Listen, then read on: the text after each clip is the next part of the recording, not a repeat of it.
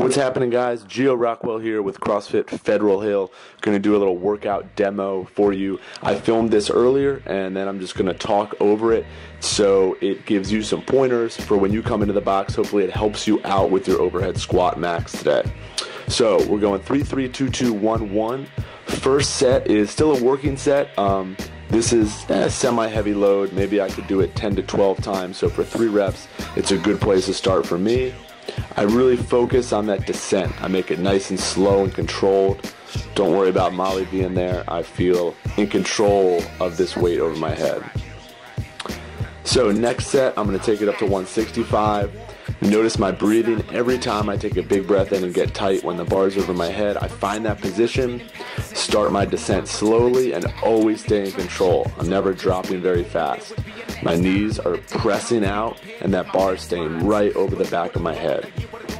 So 165, still a pretty average load for me. I feel comfortable with it. Now 175, it's starting to get a little bit heavier.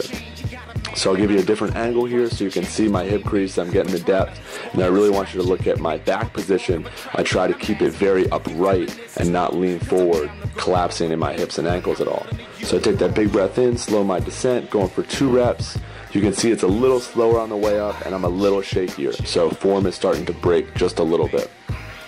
Still feeling control so I can set that bar down on my back. When it gets heavier, I will just throw it down in front of me. So 185.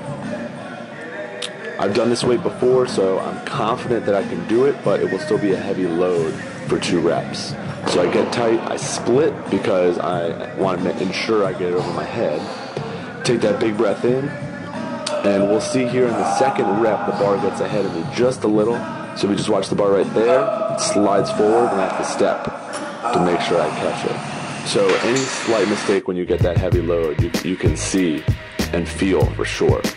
205, we're getting pretty heavy for myself, so I drive it up there, big breath in, try to keep my confidence high, control my descent and drive up. My knees cave in a little bit, but that's what happens at a maximal load.